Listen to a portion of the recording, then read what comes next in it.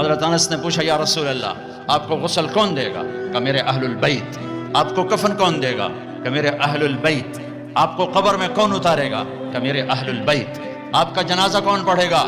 تو آپ کی آنکھوں میں آنسو آ گئے۔ آپ نے فرمایا جب مجھے غسل دے دو، کفن پہنا دو، تو سب باہر چلے جانا، سب سے پہلے میرا اللہ اپنی رحمتیں مجھ پہ نازل فرمائے گا۔ اس کے بعد جبر و میکائیل آ کر میرے لیے دعا کریں گے، پھر ساتوں آسمان کے فرشتے آئیں گے، وہ میرے لیے دعا کریں گے۔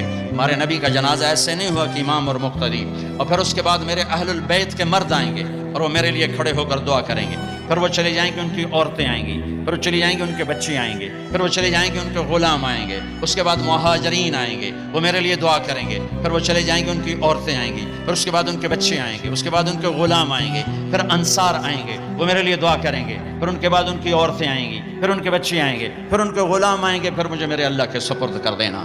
تو آپ کی چارپائی مبارک کے ساتھ لوگ قطار بنا کے کھڑے ہو جاتے تھے اور ہر ایک انفرادی طور پر آپ کے لیے دعا کرتا دعا کرتا دعا کرتا۔ لہٰذا یہ پیر کا دن، منگل کا دن سارا گزر گیا، اب بدھ کی رات کو آپ اللہ کے سپرد کیے گئے۔ تو جب آپ کو قبر میں اتارا حضرت ابن عباس، حضرت علی نے، شقران آپ کے غلام نے، تو فضل بن عباس نے، تو جب باہر نکلے تو مغیرہ بن شعبہ قبر پر کھڑے تھے، انہوں نے اپنی انگوٹھی اتار کے قبر میں پھینک دی۔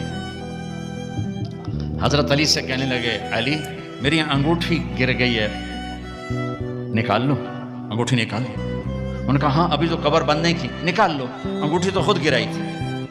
نیچے گئے اور جا کر اللہ کے نبی کی جسم سے لپٹ گئے اور آپ کے بوسے لینے لگے، دھاڑے مار کے رونے لگے۔ وہ انگوٹھی بہانہ بنایا تھا، آپ سے لپٹ کے چومنا چاہتے تھے، رونا چاہتے تھے، آپ کے ماتھے کا بوسہ لیا، آپ کو لپٹ کے روئے۔ پھر لوگوں نے اوپر سے کہا نکلو نکلو نکلو، تو آخری بندہ جن کا بدن میرے نبی کے پاک بدن سے جا کر لگا وہ مغیرہ بن شعبہ ہیں۔ پھر نکالا گیا، پھر آپ کی لحد تیار کی گئی تھی، وہ مٹی ڈالی گئی۔ جب باہر نکلے تو حضرت انس فرماتے ہیں جناب بی بی فاطمہ رضی اللہ تعالیٰ عنہ کھڑی تھیں، اطابت نفوسکم ان واریتم علی رسول اللہ التراب، کس جگر سے تم نے دو جہان کے رسول کو مٹی میں چھپایا، کس جگر کے ساتھ تم نے ان کے اوپر مٹی ڈالی۔